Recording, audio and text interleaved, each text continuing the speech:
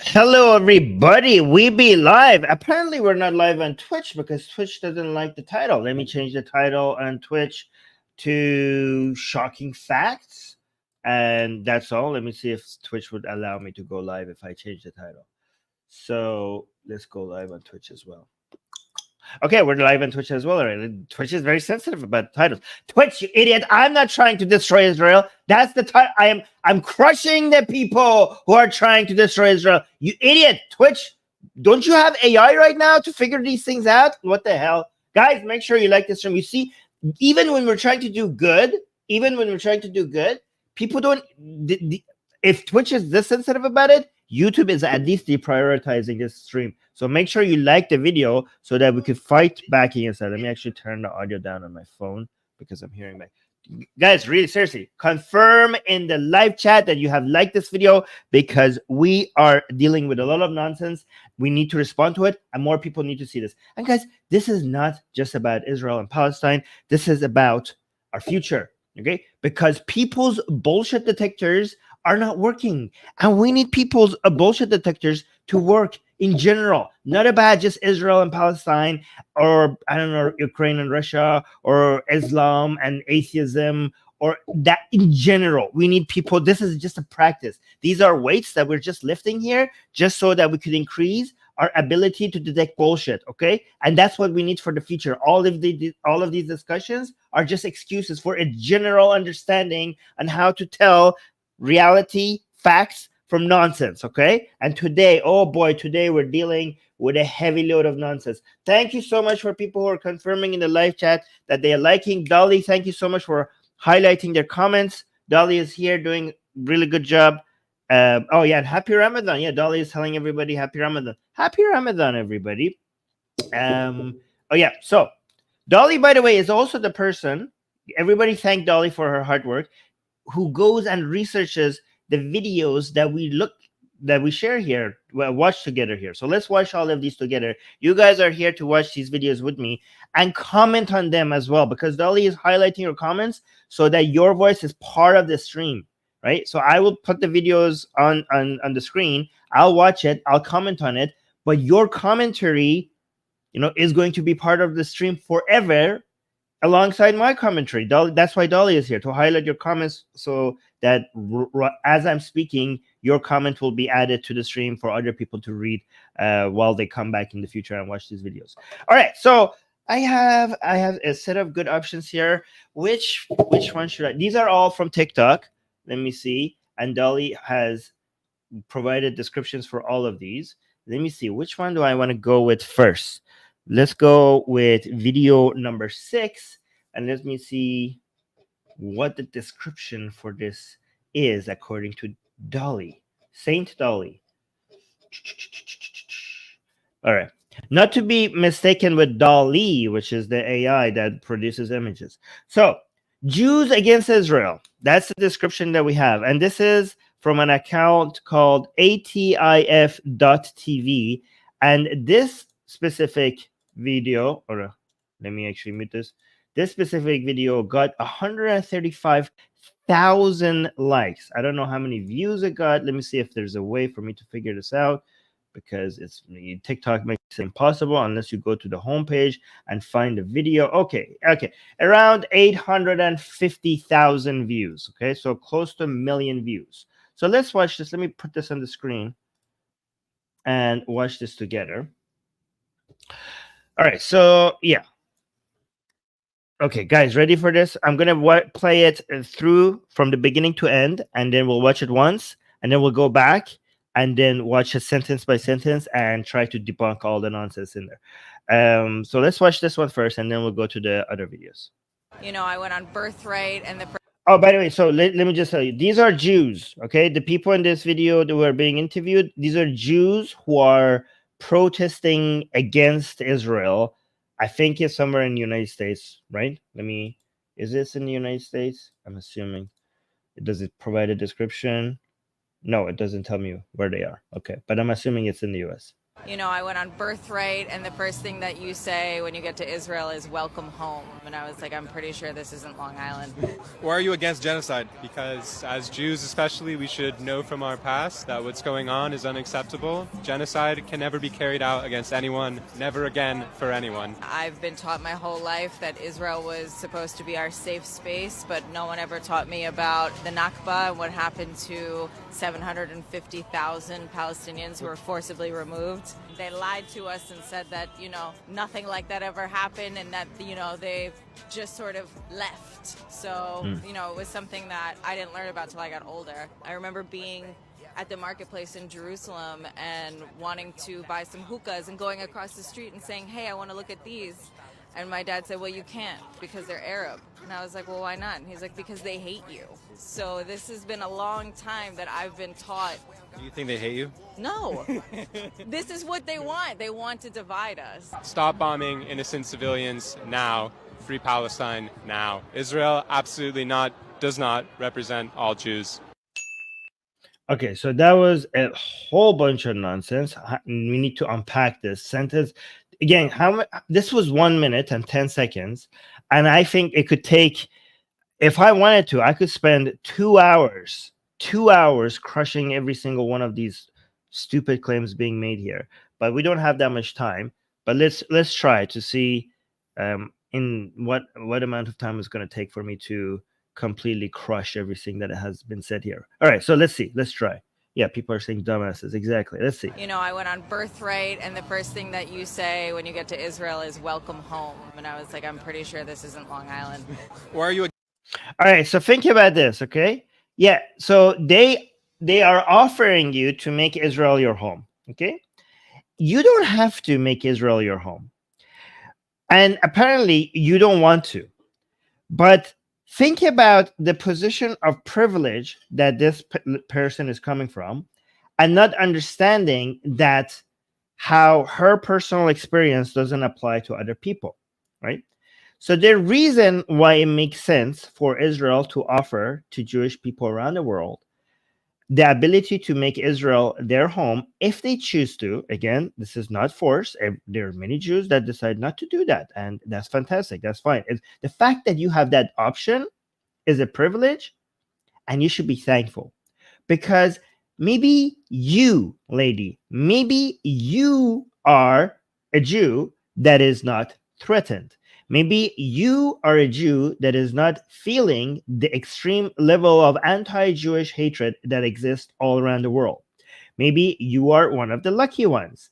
But you, lady, are an idiot because you don't understand that not every Jew feels the same level of safety and security that you have. That historically, globally, we have had repeated mass attacks on Jews, and people's memory fail them very fast because people forget history, and especially the younger generation of Jews don't understand how the high level of anti-Jewish hatred that exists around the world could escalate overnight, and how they will be the first targets. Always, everywhere in the world, when we have oppression, where we have fascism, right? Where we have any form of state-sponsored or mass groups of people promoting an elimination of a high group of people, it's very likely that the first people that they target is going to be Jewish people. Jewish people are like a canary in the mine. If they come for the Jews, that's the sign. Like, if you want to see fascism or genocidal tendencies or discrimination or oppression is on the rise in your neighborhood, look at what's happening to the Jews, because often they are the first ones to go, right? And if you have not felt that, lady, if you don't feel the need for the services for the option that Israel as a country is offering you, you are one of the lucky ones who don't understand that not everybody has that option to have other places that they could call a safe home. And you might not even understand that you yourself might actually at some point need to go to use that option, make use of that available option. You have no idea how things can change like this. Just go talk to, if you could, use maybe go read the accounts of Jews that lived in Germany before World War II. It was one of the best places to be a Jew, but things changed before World War I would say, right? Things changed really fast. Things change really, really fast. And again, people's lifespan is like, I don't know, 70 to 80 to 90 years. But they don't understand that history, when trends like this all of a sudden happen, when we have, this is something that has been consistent. Because people's lives are short, if they don't understand history, if they don't understand the underlying some ideologies or how deep-rooted they are and how persistent they are, they don't understand that when it comes to over the span of multiple thousands of years, when we talk about 100 years or 50 years, things could change again. That's really a short amount of time. Because our lifespans are short, we forget easily, and we think that something is just the norm just because we have experienced it throughout our lifetime. But we don't understand that how fast things could change, and how even though some things can change, there are some other things that are very consistent and permanent, almost permanent, right? And the reason why things change fast is because there was a thin layer of society, of order, that was holding those deep-rooted ideologies in check. And that thin layer of safety and security, if you don't defend it, if you don't stand behind it, could be ripped apart very fast. And the dragon underneath that thin layer of safety and security will come and swallow you whole. And Israel is one of those pieces of security that we have. As one of the most discriminated, most hated communities in the world, Jewish people came with the solution. Many Jewish people have came with the solution, with providing Israel as an option, as a safe haven for them to have a nation state where they could protect themselves against this global threat that against them. Again, many young Jews don't understand this. Many younger Jews thought that this is something that you just read in history books. They had no idea. Many Jews have no idea this dragon, this monster that is constant in history. The anti-Jewish hatred, it has not gone away. Okay, it's just been weakened, but it comes back from time to time. Again, they think that because they were born in an era of world liberal order where we had more safety and security than anywhere else in history, they think a globalized threat to the Jewish people is something that you only read in history books. They don't understand how easily it could come back. We need Israel when it comes to protecting the most hated minority in the world. We need Israel to be there as an option. And how ungrateful do you have to be? How ungrateful do you have to be just because you don't feel the need to choose that option for your own safety and security? You dismiss it as something justified just because you don't. Oh, you have Long Island to live, so I don't feel a need to call Israel my home. So how stupid it is for them to say like, oh, hey, Jewish people, you could call Israel your home. Well, I already have a home. How selfish and self-centered do you have to be to not understand how important of an option this is for other Jewish people? And also many Jewish people that don't recognize how important it is for them to have this. But let's continue. This isn't Long Island. Or are you against genocide? Because as Jews especially, we should know from our past that what's going on is unacceptable. Genocide can never be carried out against anyone, never again for anyone. Yeah, I agree. That's why when people do commit acts of genocide, like for example on October 7th, right? You say never again. You say as Jews, we have to understand that genocide should never be accepted. Never again. Okay, what if it happens? Then there should be a strong response. Thank you so much, Yesino. Wait, how do I read this? Sorry. Yesinia. Sorry if I'm reading it wrong, but thank you so much for the support. I really suck at reading names, so I'll try my best. Do you guys understand what I'm saying? This guy, listen to him again. I've been taught my whole life that Israel was supposed genocide. that what's going on is unacceptable. Genocide can never be carried out against anyone, never again for anyone. Yes, I agree 100%. But I think that you don't mean what I'm acting like you mean. Genocide should never be accepted, right? So once genocide happens, once an act of genocide happens, what should we do? What should we do?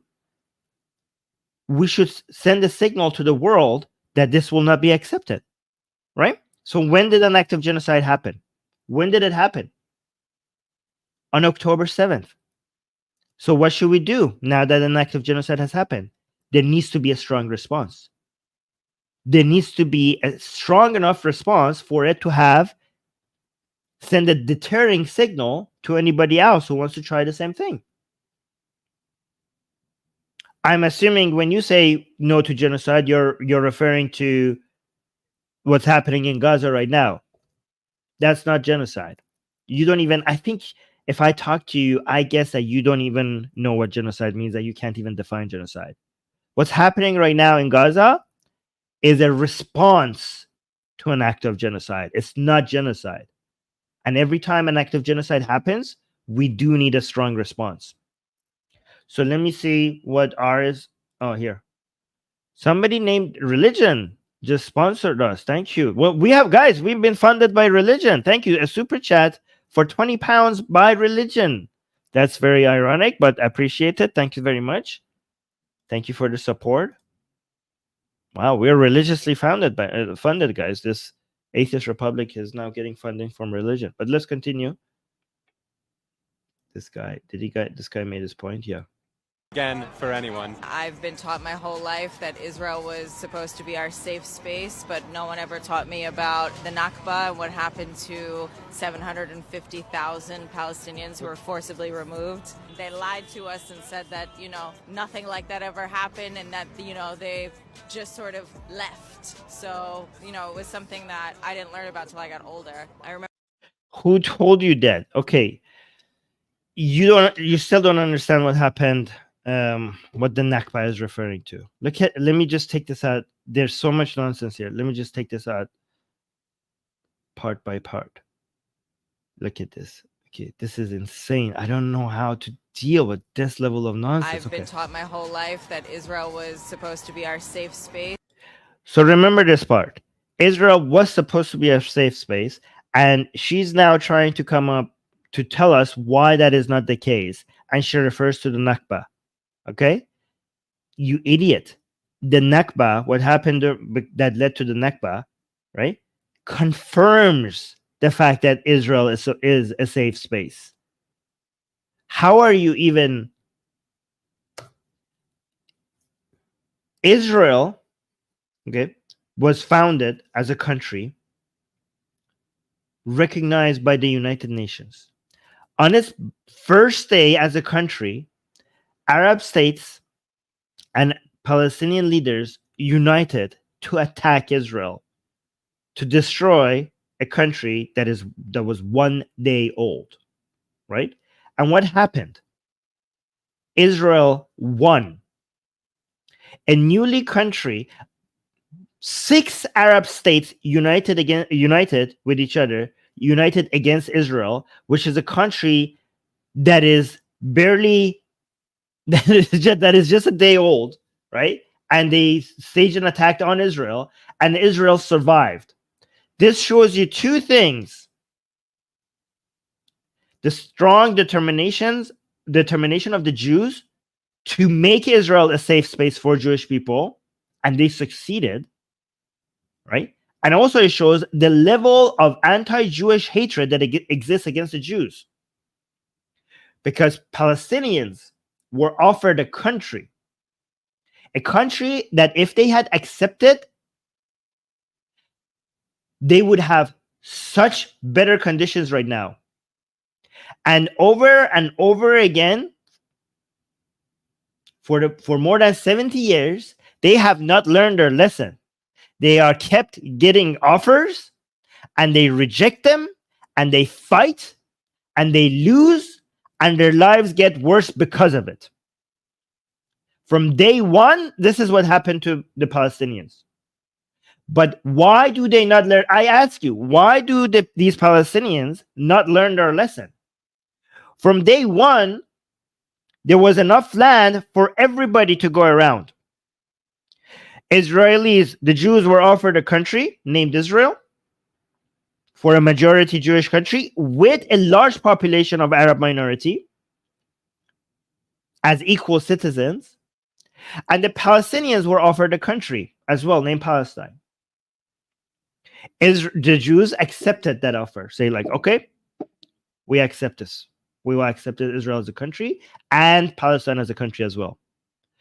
The Palestinians are like, no, we don't accept this. And guys, they would not have accepted it even if the land was cut 95% for Palestine and 5% for Israel, because they were in principle against any form of Jewish state, Israel being founded as a country. They would have rejected, it was 50-50. They would have rejected 60-40, 64 Arabs, 44 Jews. They would have rejected that. 70-30, they would have rejected that. 80-20, they would have rejected that. 90-10, they would have rejected that. 98-2%, they would have rejected that. Because their policy was no Jews. No Jewish state. And look at what happened to them. So this is the second thing the Nakba confirms. The Nakba confirms the level of anti-Jewish hatred is so strong that even if this was a win-win for both Arabs and Jews at that time, because of the deep-rooted hatred that exists against Jews, either for racism reasons or Islamic reasons, and there is both. The Arabs, the Palestinians, lost their own country that they could have had because it's the price of anti-Jewish hatred. They are willing to not have a country, but still remain anti-Jew. This confirms what happened that led to Nakba, confirms that Israel was supposed to be and is by mostly a safe space for Jewish people. So I don't know what propaganda people told you, but the two statements that you're saying do not contradict each other. Actually, one of them confirms the other one. But let's hear what you think happened at Nakba. Let's listen to her description of what actually happened. Let me actually remove the stars. But no one ever taught me about the Nakba and what happened to 750,000. What happened? Okay, look, she's saying 750 Palestinians who were forcibly removed. I ask you, people in the live chat, you tell me, forcibly by who? Forcibly by who? Tell me in the live chat. The Palestinians who were removed from their land. Who removed them? There was a partition. The United Nations recognized that the only option, given the level of anti-Jewish hatred that exists in this land, okay, we need to have two states. One Arab and one Jewish. And by Jewish, we don't mean an ethno-state. People think a Jewish state means a state that is run based on Judaism. Hey, Susie is here. Hi, Susie. No, it just means Jewish majority. Arab majority, Jewish majority. The Jews said okay. When they said okay, the Arab population that they would have accepted as a minority of their country would have been 40%. They would have only a slight majority of Jews. And the Jews accepted in Israel with 40% Arabs, with Arabs living side by side with Jews as equal citizens. That's what they accepted.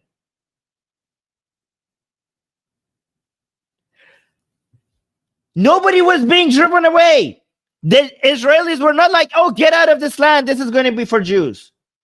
They're like, we accept Palestine as a country, as our neighbor, and we accept only a small majority, like if Jews would be a majority, but only by a few percentages.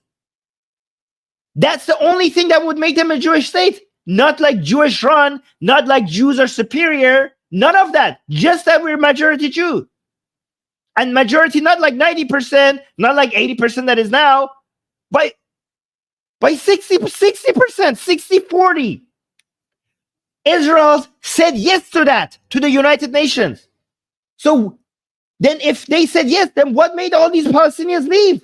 He said Palestinians were forcibly removed. Why were these Palestinians forcibly removed? Who forcibly removed them? Given that Israel at the time of its foundation was willing to accept this many Arabs as equal citizens. They were forcibly removed by the Arab countries that attacked Israel. Why forcibly? Because they left, because there was war. They thought, the ones who left, they thought that, oh, 6 countries are coming on one baby new country. Obviously, they're going to win. There's war. Let's leave. I don't want to be present during this war. And once Israel is crushed, we'll come back. To their surprise, Israel was not crushed. And Israel was like, okay, you guys want to end the state. I don't think that I can let you guys back in. The Palestinians left because the Arab countries attacked. Israel was not forcing them out. All that talk regarding letting Palestinians back in or not was after this whole thing mess started, because the Arabs could not accept a Jewish state existing. And even after that, the Arabs who stayed, people were like, oh, yeah, sure, equal rights for all Arabs. Yeah, sure. Well, they got the ones who stayed, they got that. The Arabs who stayed back eventually became equal citizens with the Jews. Imagine if they didn't left. You know who betrayed these Palestinians who left? If they stayed, they would have been equal citizens like the Jews, like the Arabs who actually stayed there. You know who betrayed them? You know why they're homeless, why they lost their homes? Because the Arab states attacked them. So when you say 750,000 Palestinians were forcibly removed, mention that they were removed by Arabs, not by the Jewish state, not by Israel. Mention that part.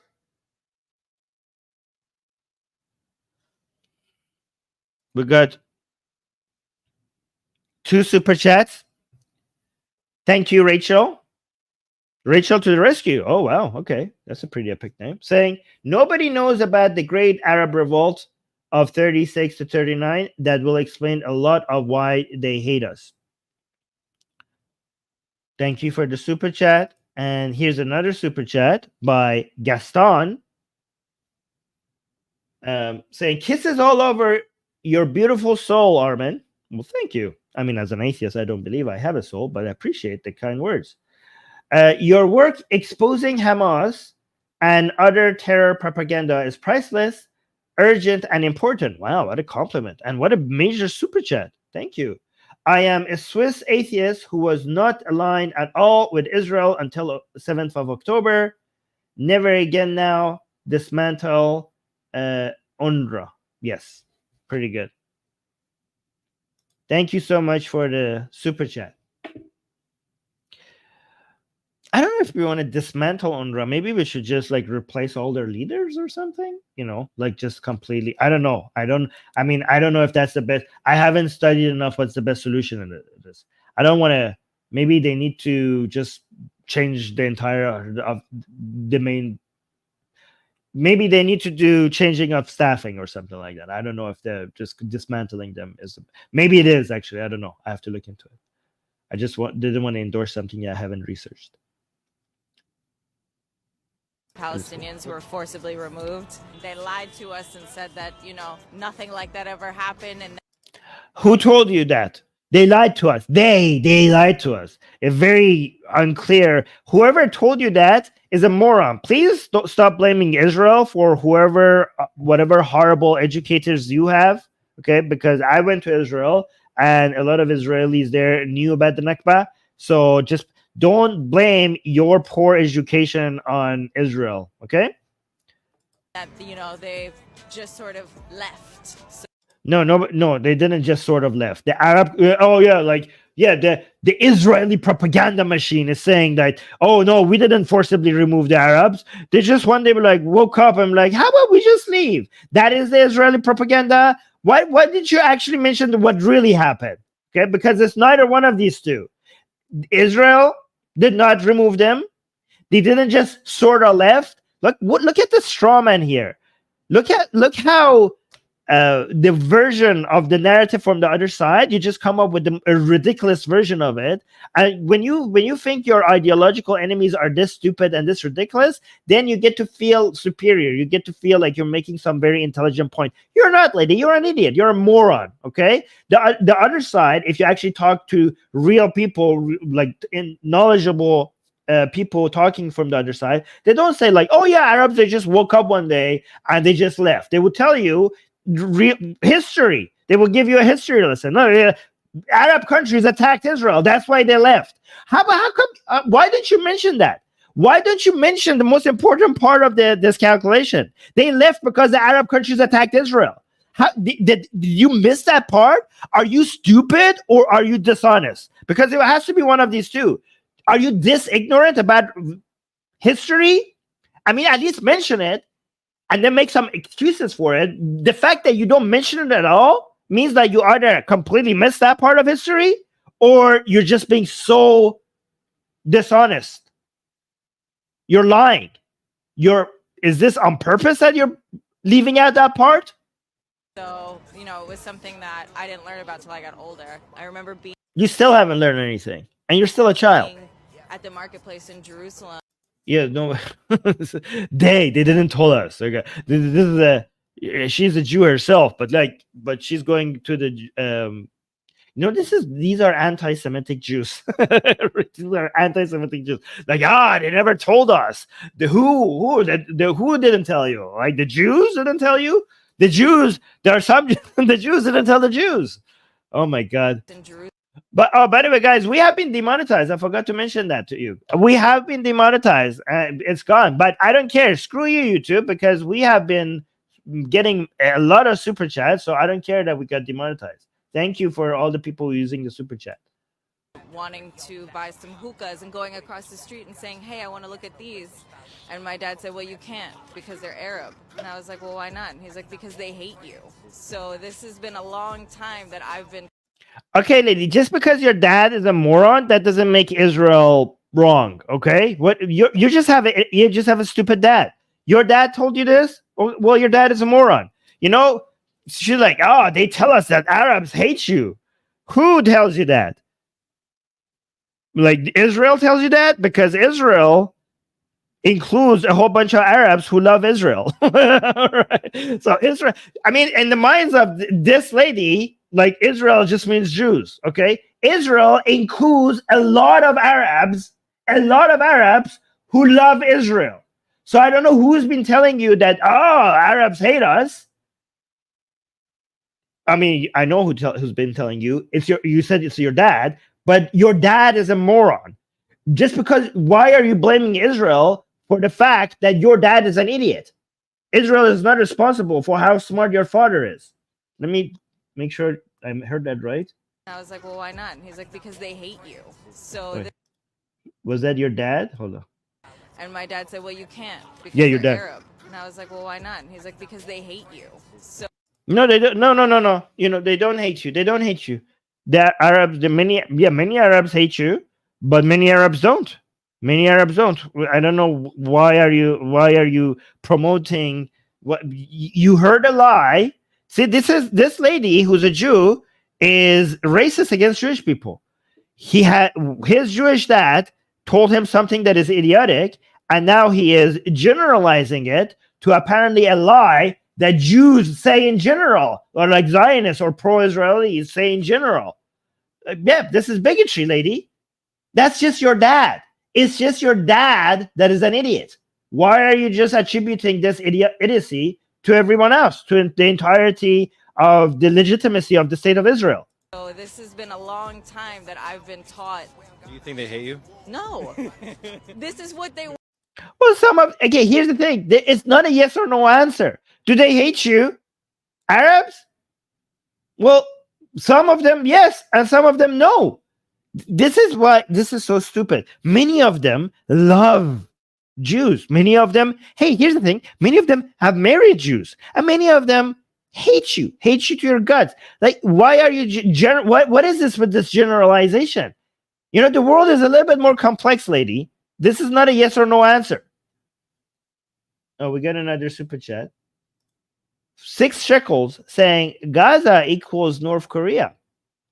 In what sense? You need to be more specific. But thank you for the support for the 6 shekels. They want to divide us. Stop bombing. They want to divide us. Who's they? You have to be clear about who they is. Lady, we have, so they, this is so ambiguous. We have people who want to divide on all sides, and people who want to bring people together also on all sides. But when you say they, okay, and you refer to Israelis, you know, you are the source of division. You are the source of division. So let's see what this idiot has to say. Stop bombing innocent civilians now. Free Palestine now. Israel, absolutely. Stop bombing innocent civilians. As if, look at the dishonesty in the framing. As if the bombings are to target civilians. You have no idea what you're talking about, sir. The bombings are not to kill civilians. Israel is going out of its way, doing more than any army has ever done in history to try to reduce civilian casualties. It's Hamas who tries to put those civilians in harm's way. Israel needs to defend itself. When there's an attack on a country, there needs to be a response. An attack on a country, an act of genocide, cannot go unresponded, you freaking moron. It's impossible to respond to an attack like that without civilian casualties. Now that it's impossible, what should they do? Should they not respond? Should they just die? Should they just take it? Obviously, they have to respond. Why are you making the conditions for responding impossible? Is it so that they just take it and die? Why don't you blame the people who have made such high civilian casualties impossible to avoid?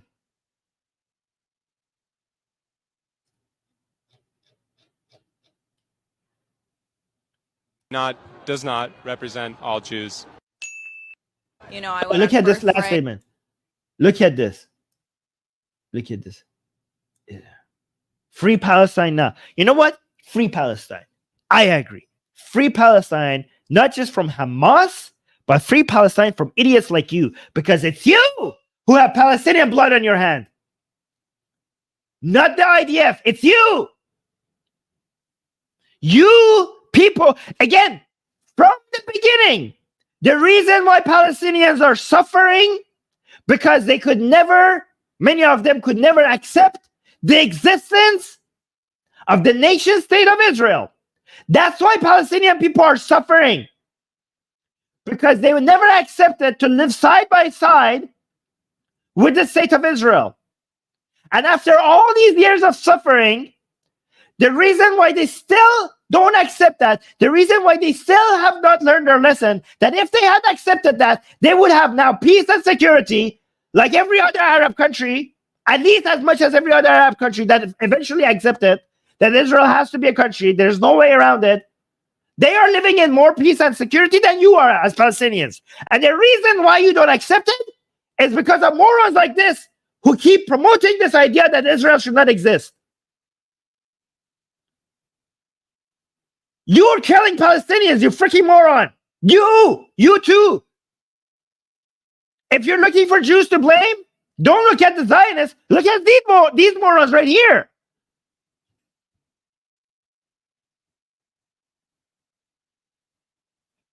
But look at this last statement here. Now, Israel absolutely does not represent all Jews.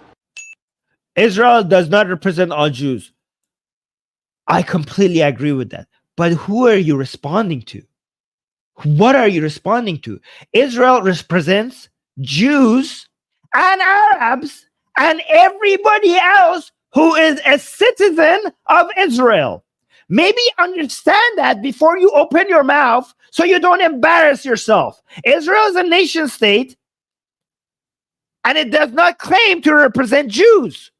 It claims to represent citizens of Israel, which includes a lot of Arabs. You freaking moron.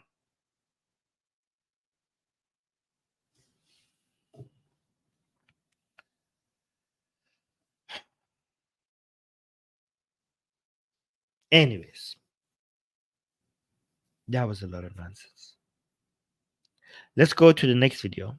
Oh, but we got a super chat, so let's read that first. Thank you, Jace. Jace the Shepherd, saying, hey, Armin, what do you think about Apostate Aladdin's video about apostate prophet? I think it was uncalled for. Love you guys, and Jesus saves.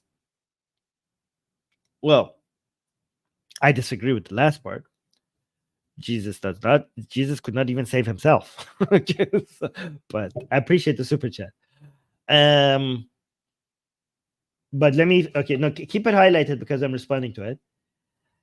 I watched Apostate Aladdin's video and it was so unfair. I don't know I don't understand. That was such an unfair misrepresentation of what apostate prophet was saying. It was so bad. It was embarrassingly bad. I mean, let me know, guys. Should I do a video on that? Should I do it? I mean, it was so obviously bad that I didn't even think it needs explaining. It was so uncharitable. Put words in apostate prophet's mouth that he did not say. I don't know. Let me know in the comments if I should do a video on that, because holy crap, Apostate Aladdin, I have no idea what led you. Like, did you watch the video before posting it? Did you not think like, okay, this is definitely bad take. This is obviously dishonest. Like, I don't know, Apostate Aladdin, it's either dishonest or you're not very smart. I hope you're not very smart, because that would be a better excuse.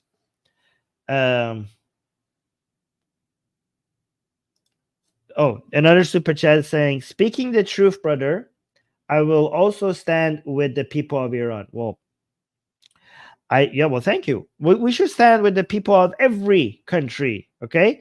But mostly the people of countries that are under attack, which includes the people of Iran and the people of Israel, right? So again, I'm in support of every single country, okay? But yeah, some countries take priority because they're heavily under attack.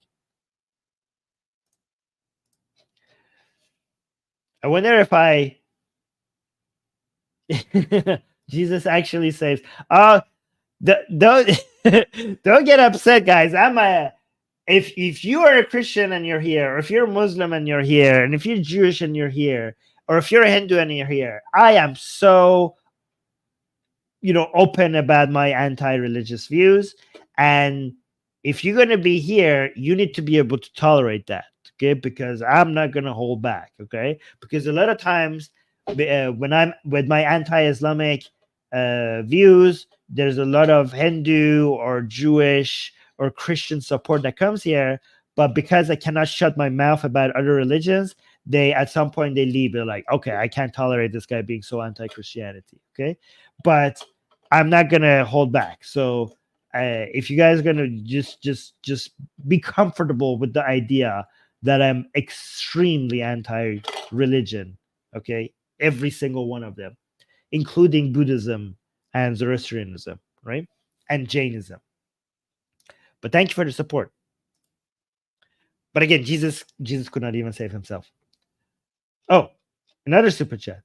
Mars, thank you so much, Mars, for the super chat. Saying, Armin, do you still do interviews? Would you consider Dr. Einat Wilf? She's sorry, I suck at reading names.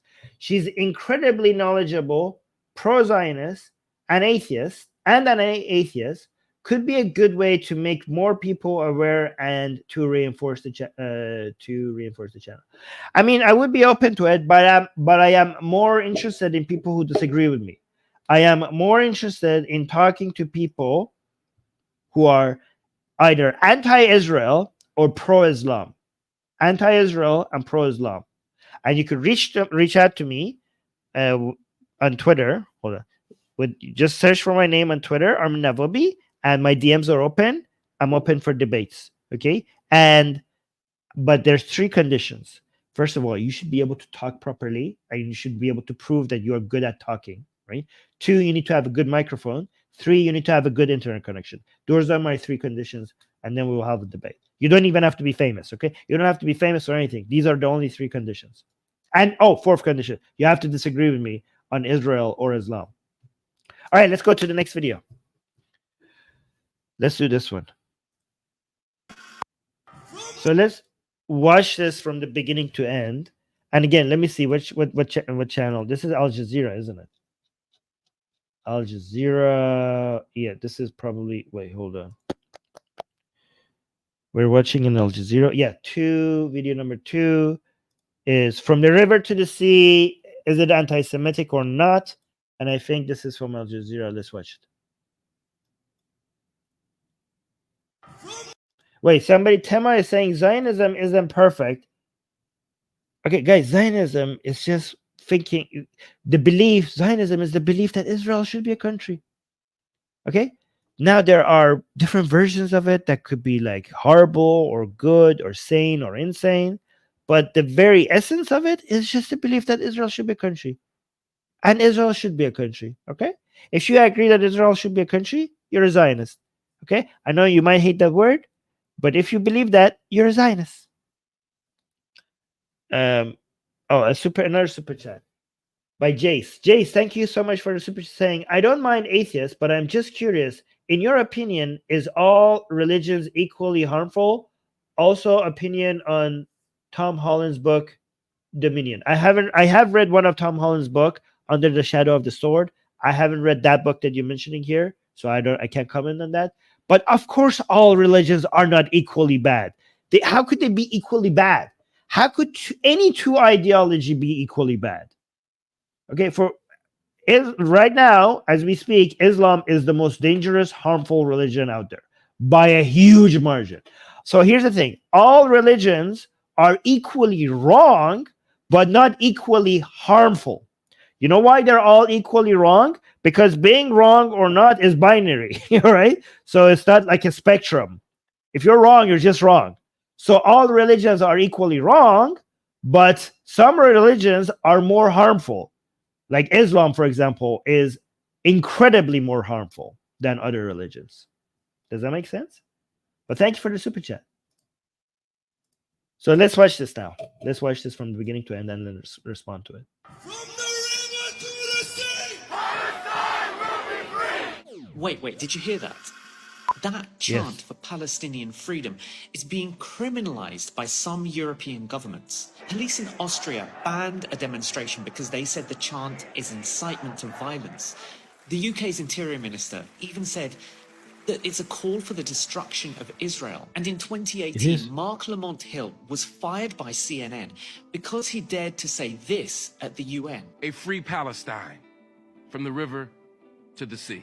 So what does freedom from the river to the sea actually mean? And do these people really want to wipe Israelis off the map? Okay, first, let's break down the chant. Okay, let me just tell you, a lot of them are idiots who have no idea what they're chanting. So not all of them. What a dishonest take. The chant is referring to the destruction of Israel, from the Mediterranean Sea to the Jordanian River. Just a lot of those protests don't even know which river and which sea is being referred to. So no, not everybody who makes that chant, it wants to destroy Israel. But that's what that chant means. Free Palestine, including all the parts that is Israel. Like, I don't know what you're going to say. Okay, look at your map. Look at Mediterranean Sea and the river. Do you see that there's Israel there? Do you see that includes the nation state of Israel that has been recognized as a nation state by United Nations? So do you see how that includes that part? So yeah, it geographically it means to wipe out Israel, one, but also here's another thing how we know it means wiping out Israel, because the main people who have made this into a chant, okay, they have said so. They have said so. That's how we know. That's how we know. But let's see what he has to say. I actually have no idea what this guy is going to say. I haven't watched this yet. The river they're talking about is this, the River Jordan. And the sea, that's the Mediterranean. In between those two bodies of water, 7 million Palestinians live under Israeli rule. The whole of that land used to be historic Palestine. And includes Israel too. Are you going to mention that includes Israel as well? Rule. The whole of that land used to be historic Palestine, and now all of that territory is controlled by Israel. So you want all of?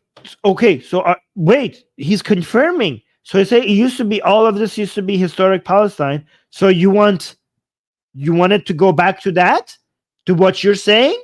Wait, you are actually confirming that this is genocidal. Actually, we get some unexpected help explaining this from former Israeli Prime Minister Ehud Barak, who said this in 2010.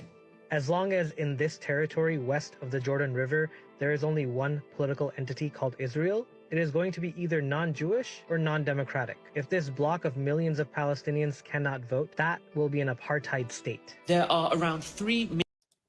Okay, so as long as in this territory west of the Jordan River, there is only one political entity called Israel, it's going to be either non-Jewish or non-democratic. Okay, so this is why we want a two-state solution, right?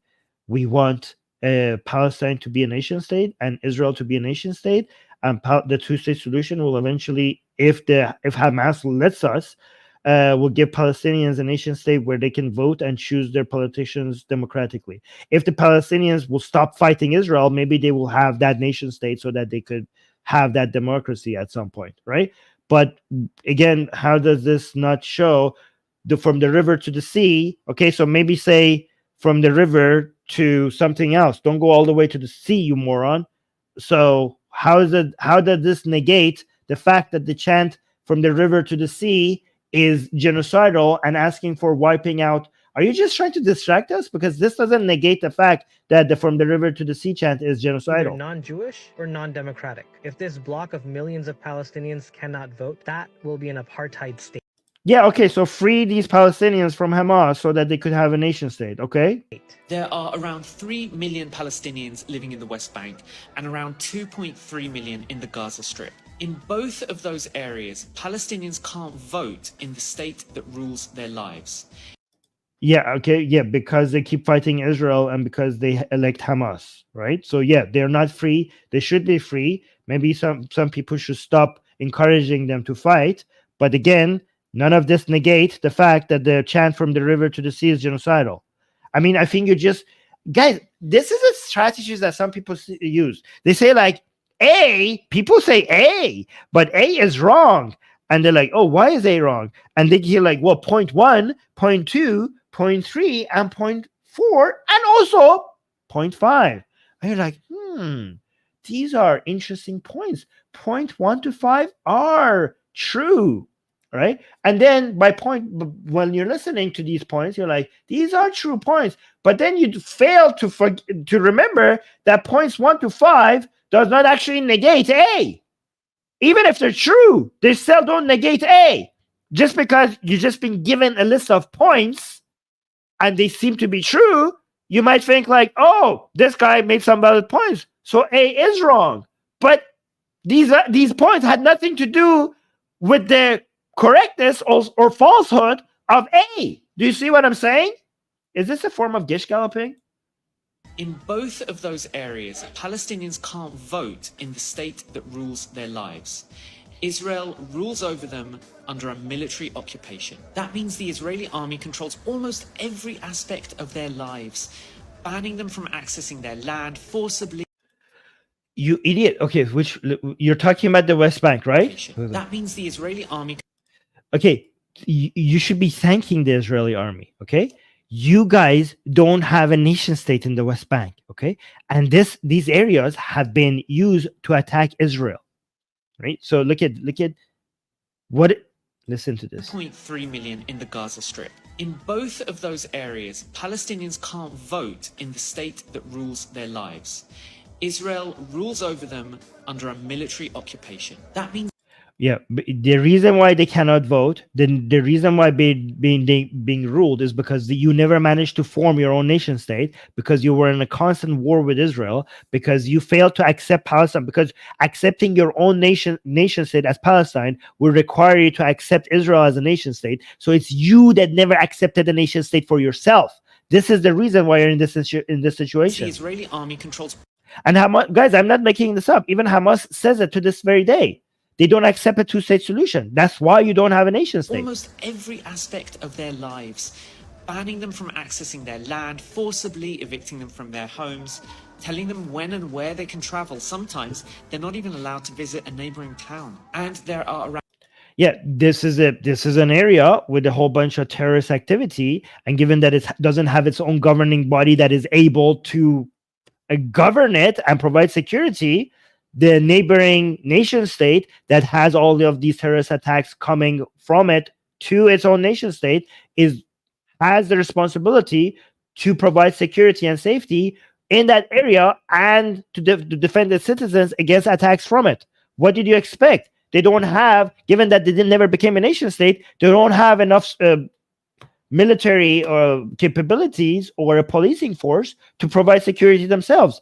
I mean, you should be thanking Israel that is using its tax dollars to provide any level of safety and security that you have. If you don't like the way it's being done, maybe you shouldn't have started a war with Israel and just accepted the Palestine country that the United Nations gave to you from the beginning. And many other times that option was offered to you again, and every time you ignored it, every time you said no. Around another 1.6 million Palestinians living in what is now Israel. Although many of them have Israeli passports and they can vote, they don't have equal rights. Palestinians living in Gaza, the West Bank. What? What the? Are you serious? Okay, so we talked about Palestinians in West Bank, okay, and we're like, oh, they have to go through checkpoints, they don't have freedom of mobility, and blah blah blah. Okay, and that's again whose fault? Whose fault is that? That was the Palestinians' fault. And now we're going to this. There's three bodies of Arabs that we're talking about: the Arabs in the West Bank, the Arabs in Gaza, and the Arabs that are citizens of Israel. Okay, you have to be out of your mind to complain about the Arabs that are citizens of Israel, because they are in the best situation that they could be compared, not just to Arabs in the West Bank and Gaza, but compared to Arabs as a whole.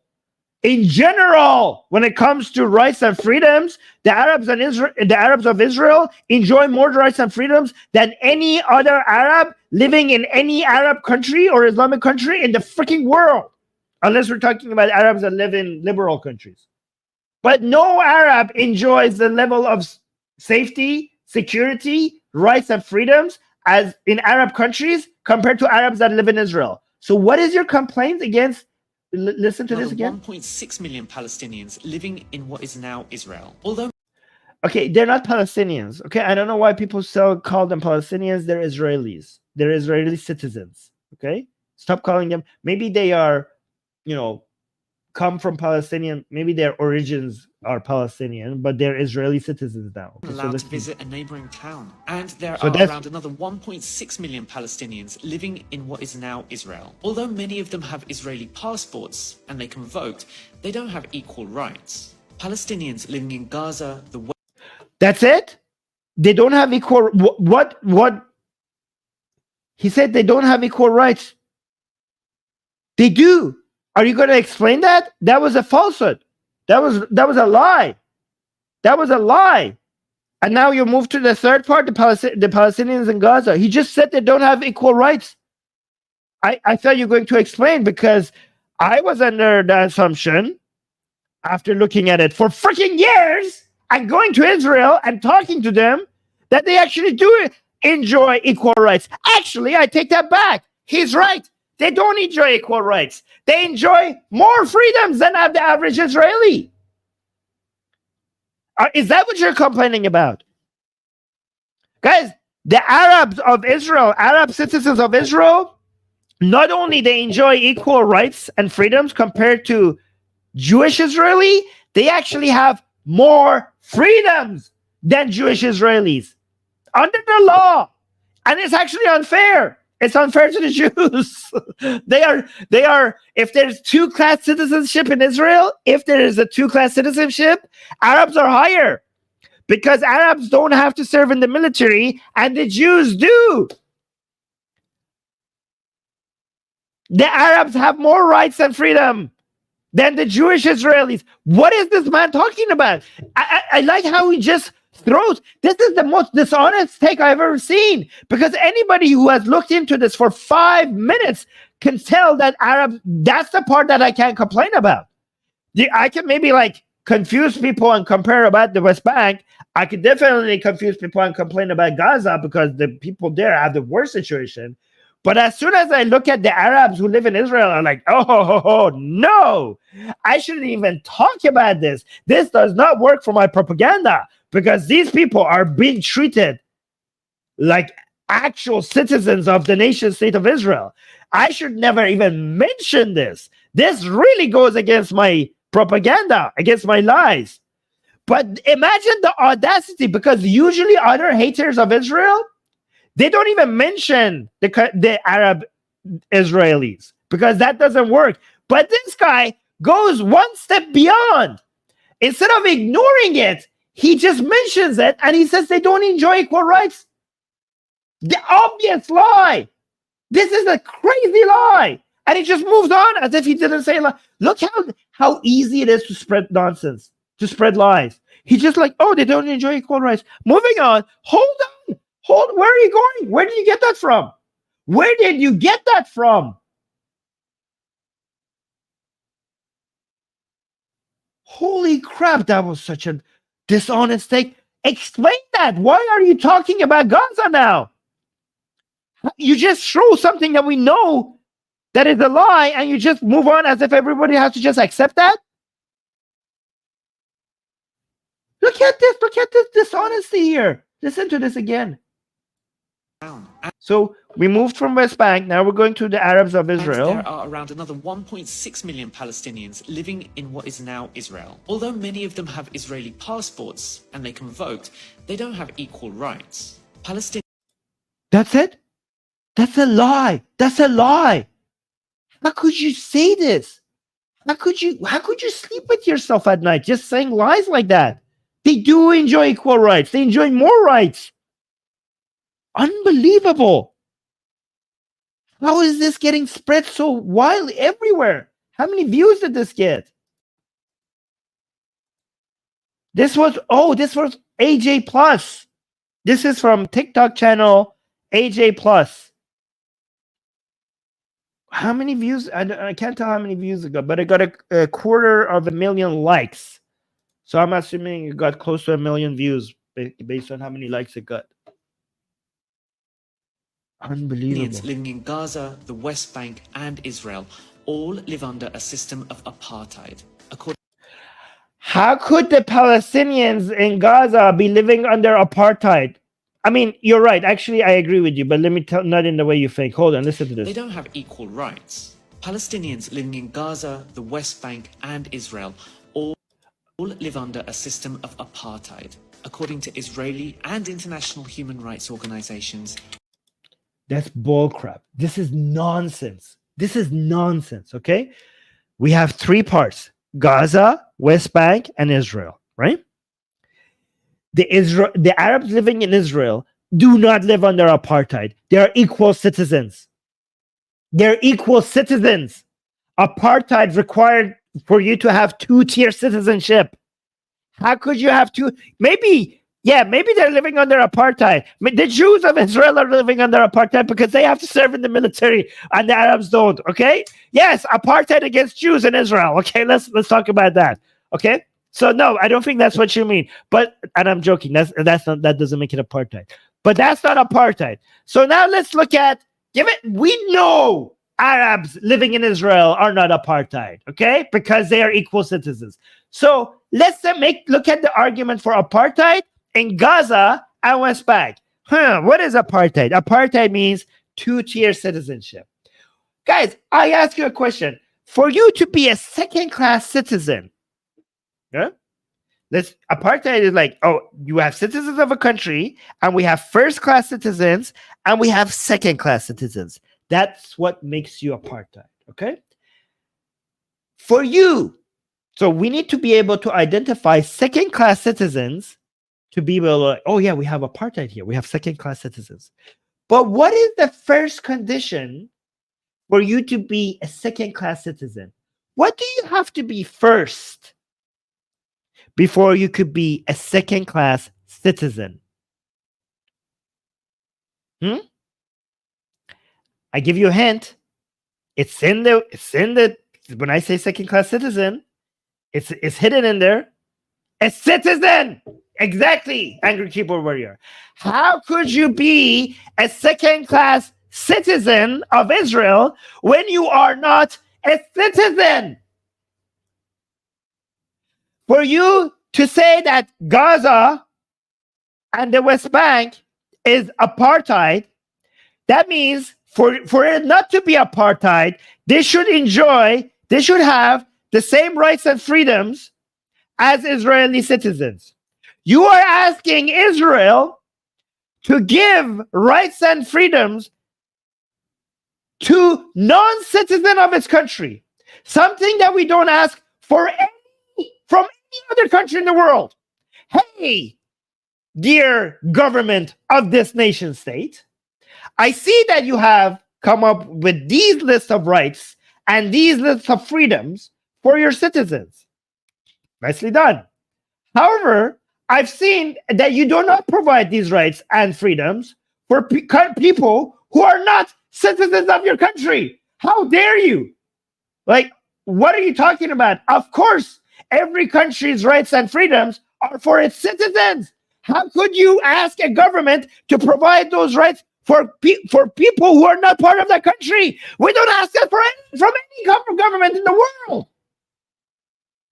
Do we go say to the United States, hey, United States is an apartheid because it doesn't give the rights that it gives the United States to United citizens? It doesn't give those same rights to Mexicans and Canadians.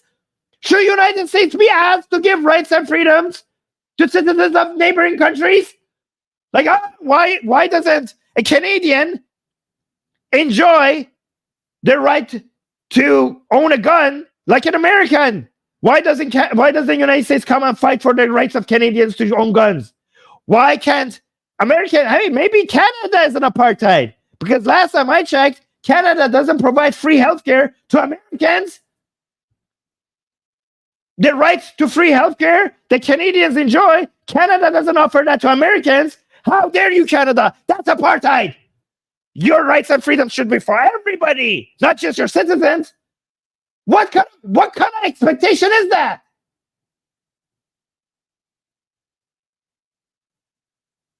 It's insane. Apartheid for people. These people are not part of my country. How is it apartheid?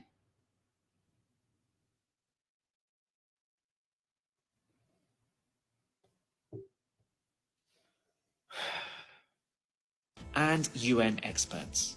That means they live under a system that discriminates against them just because they were born Palestinian. The people forcibly evicted from this land to make way for the state of Israel. What Ehud Barak was saying was that the Zionist project of a state of Jewish supremacy that rules all of the land between the river and the sea. Jewish supremacy. Jewish supremacy. The only here's the thing. I agree that there does exist apartheid in Gaza. Okay, from one of the there is apartheid in Gaza, okay? Apartheid against Jewish people, okay? You could go into Israel and you could see Arabs living peacefully next to Jews with the same rights, Last time I checked, there are no community of Jewish people in Gaza. And I bet you if it was there, it wouldn't be for long. They would not be safe. I do not recommend Jews to go to Gaza, okay? Given that Jews cannot live in Gaza, you know what that would be called? I saw there were Jews in Gaza. There was an Arab who converted to Judaism in Gaza. Guess what happened to him? Exactly. Okay, I'm not even going to describe. Exactly. Right? You know what we call that? Apartheid. Yes, there is apartheid against Jews in Gaza. Oh, there is also apartheid against Palestinians. You know where? In Lebanon. You morons. There are Lebanese people, now there are Palestinian people that are in Lebanon, and they don't enjoy equal rights because they're Palestinian origin. They have Palestinian origin. That is apartheid. We don't have that in Israel. Israel treats its Arab population better than Arab countries treat their Arab citizens. You're better off as an Arab. You're better off in Israel than any Arab country on average.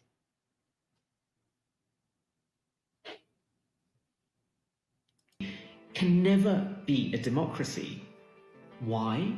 Because if in the apartheid state that Israel has created, those 7 million Palestinians living under Israeli rule got equal rights and votes, well then Israel's Jewish supremacist system would be democratically ended. From the river to the sea, Palestine will be free. So you're admitting it. That would be the end of Israel. Okay, yeah, if you make it into one nation state and give everyone, that's why we wanted that's why the only solution could have been a two-state solution. If you make it one state and give everybody the right to vote, that would end Israel as a state, and that would start an act of genocide. I hope you understand that. Israel, if people call Israel a Jewish state, it's not because it has Jewish supremacy. It's not because it has it has laws based on Judaism, or it should have laws based on Judaism. I know the secularism of Israel is better than any other Arab country or Islamic country around it, okay? But it's not as strong as United States or Canada or France. It could do a lot better. But that's not why it's a Jewish. By law, mostly the laws of Israel are secular, mostly. And it's not Jewish supremacy because Arabs enjoy the same right. So when people say Israel is a Jewish state, the only time that would make it accurate, if by Jewish, they mean Jewish majority. And every country, most countries have an ethnic majority. And we don't call them ethno-states just because they have an ethnic majority. We don't call Japan an ethno-state. I mean, we shouldn't be unless they have laws that discriminates, right? We don't call France an ethno-state. We don't call the UK an ethno-state. We don't call United States, even though they have ethnicities that are majorities. We could say like Norway is a white country. If by white we mean majority Caucasian, but we don't call it an ethno-state. We don't call it white supremacist country. We don't call Norway a white supremacist country. Israel is just Jewish majority. That's all. I understand that there are certain people in there that might want to make it into a ethno-state or a Jewish supremacist country, but as of right now, it's not. And I hope we could keep it that way. Right? It's just Jewish majority. That's all that it is. And if you the reason why Israel will end, and the reason why that's worrying, if we make this into a one nation state, and there are now more Muslims, a major population, I think majority of them would probably want Israel to end because they want to get their hands on the Jews. Unfortunately, that would start a genocide. This is why your chant, based on your own arguments here, from the river to the sea, Palestine should be free. You are saying That is asking for the end of Israel as a nation state. That is a genocidal ask. So look at this. Look at what he's saying himself. Be democratically ended. From the river to the sea, Palestine will be free. Look at this. Was that the Zionist project of a state of Jewish supremacy? The Zionist project was not a state of Jewish supremacy. Freaking moron. Look at the founding documents of Zionism. Go look at all their documents. It was never based on Jewish supremacy. It was based on attacks on Jewish people. It was based on the requirement to protect Jews. Zion never throughout the history of Zionism before the foundation of Israel and the early years of Israel as a country, because right now the ideology of the Zionists from the beginning is not really discussed much, it's not really a major part of the politics of Israel. Now it's more based on pragmatism and just general modern politics. But if you go and look at Zionism, throughout its history before Israel and the early years of Israel as a foundation, never was it based on Jewish supremacy. It was based on the need because of the anti-Jewish hatred that exists all around the world and the attacks on Jews. And from the very beginning of Israel, from the very first day of its inception, there was a recognition that there were going to be a lot of Arabs here, more than the Arabs than we have right now, because they didn't expect the Nakba to happen.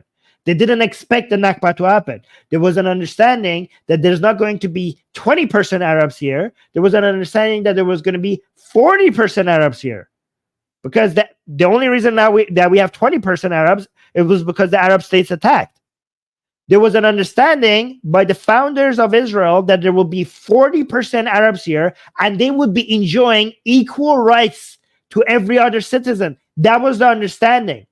So don't put Jewish supremacy, don't add that as part of Zionism. That was not part of Zionism. Zionism wanted Israel to exist as a country with the understanding that it will have a large Arab minority. A minority, but a large Arab minority that will have equal rights and freedoms, that will be equal citizens. So you're lying. You're lying when you add Jewish supremacy there.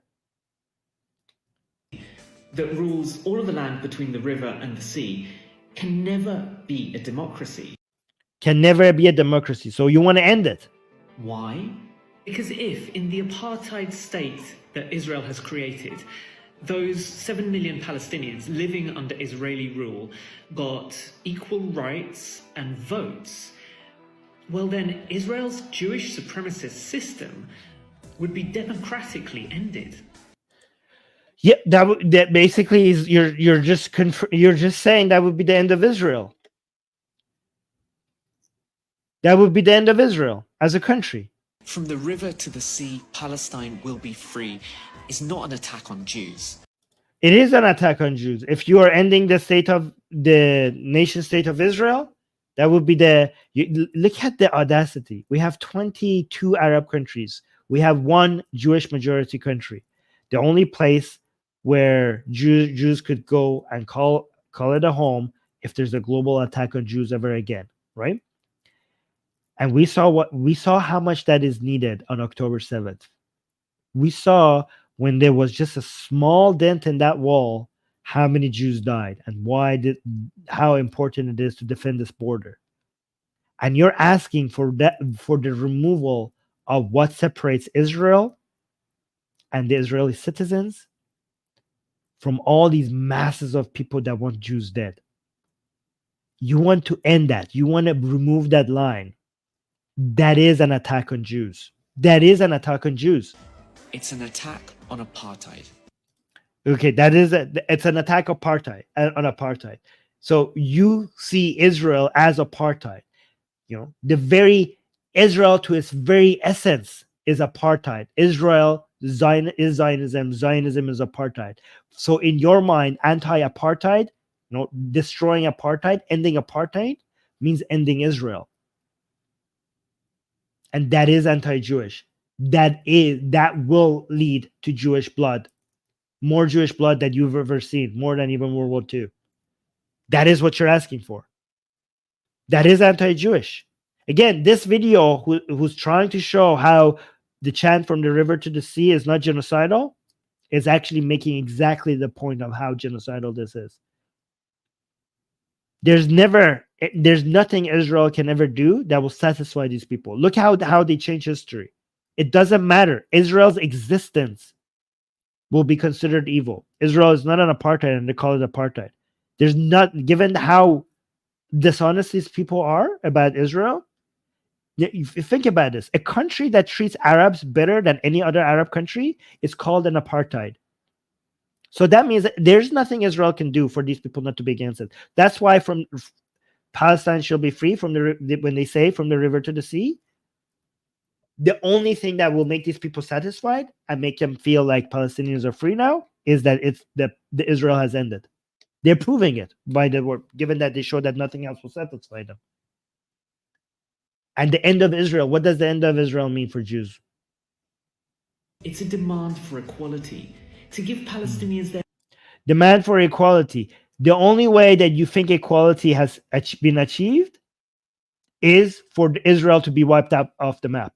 That's how because you don't even recognize Israel to exist, to be legitimate country to exist. to give Palestinians their basic human rights wherever they live, in that chunk They have been given the Arabs in Israel, they have been given their basic human rights, and you're blind to it. So what else can we do? of Israeli-controlled territory that lies between the river and the sea. Which includes Israel. Again, never address this point. Between the river and the sea includes Israel. So if you want Palestine to be free, you're asking for the annihilation of the nation state of Israel. Again, I don't know what else to say. These people just keep confirming my points. We got a whole bunch of super chats. Thank you guys, because we have been demonetized. So all of these super chats are really helpful. Right. So let's go through these. Jace is saying, hey, Armin, what do you think about... Oh, I already read that one.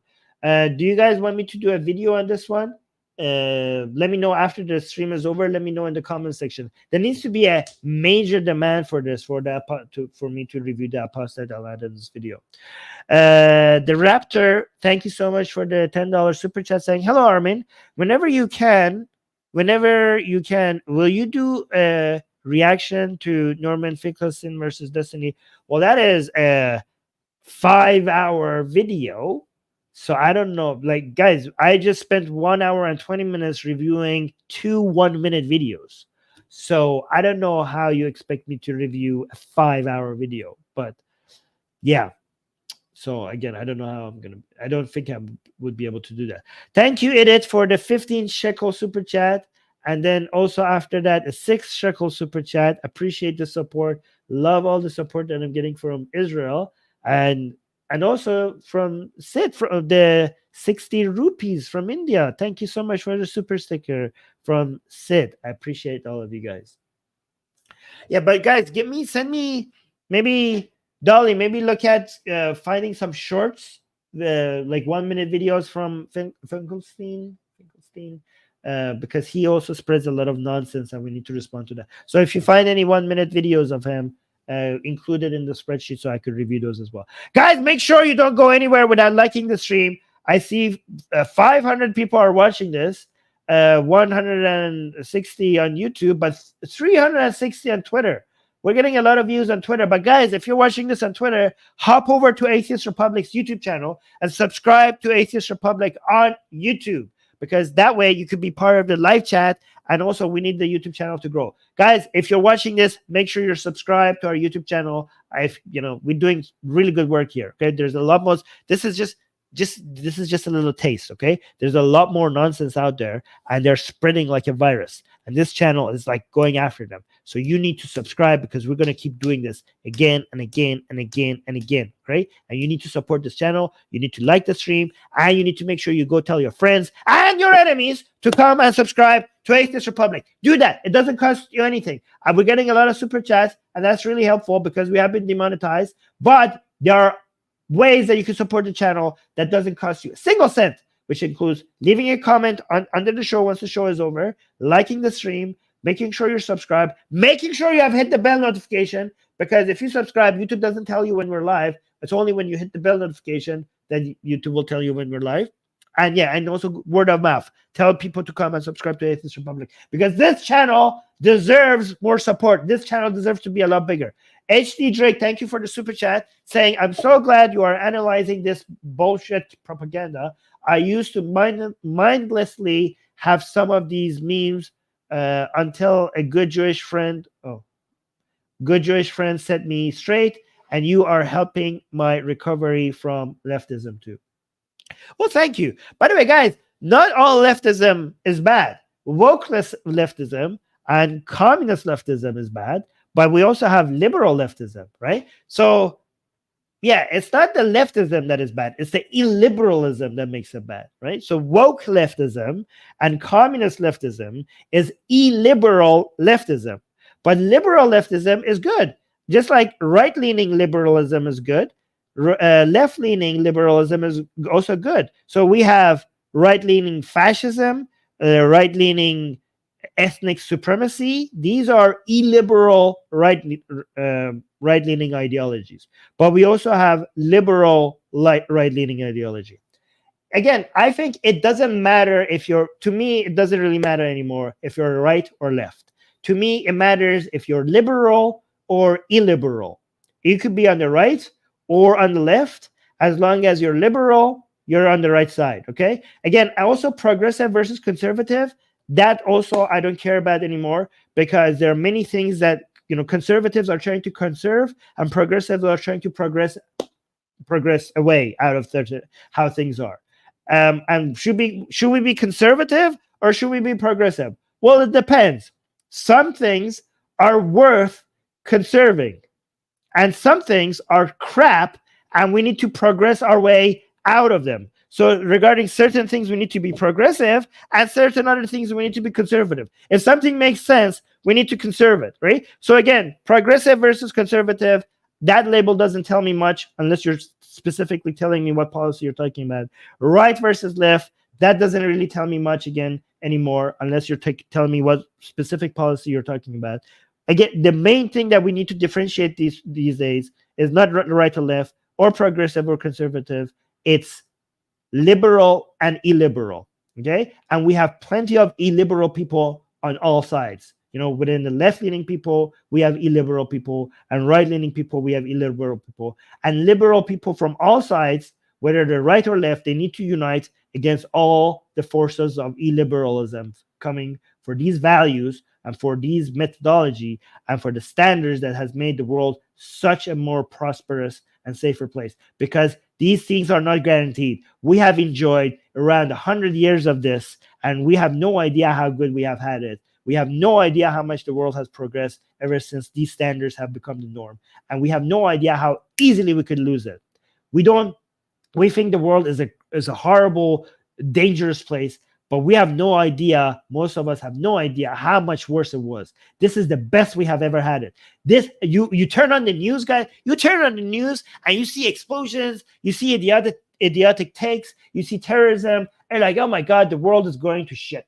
And it's not. You have no idea how much worse it was. As bad as things are right now, things were 1,000 times worse. And the only reason why we have it so much better right now is because of certain standards and methods, which is basically the scientific method and the world liberal order that we have managed to come by. And we can lose all of this. We can lose all of this like that if we don't defend them. You have become too used to it. You think 100 years is nothing. The human civilization is more than 10,000 years old. This 100 years is nothing. It's nothing. Just because we have had it for this much time, it doesn't mean that it's guaranteed to stay like this. It needs defending. These values, these methods, these standards, they need defending. So join me in defending them. Thank you. Anyways, we got to... I already read that one. Blue Moon, thank you so much for the super sticker. Guys, subscribe so you can join me in this war against illiberalism and against all the threat that is coming from it, whether it's from religion, whether it's from wokeism, whether it's from communism, whether it's from the far right, whether it's from the far left. I don't care. We have liberalism has plenty of enemies. So we need to defend her. We need to unite. We need to work together. So join me, okay? Like the stream. See you on next stream. Thank you, everybody. Till next time. Bye. Mwah.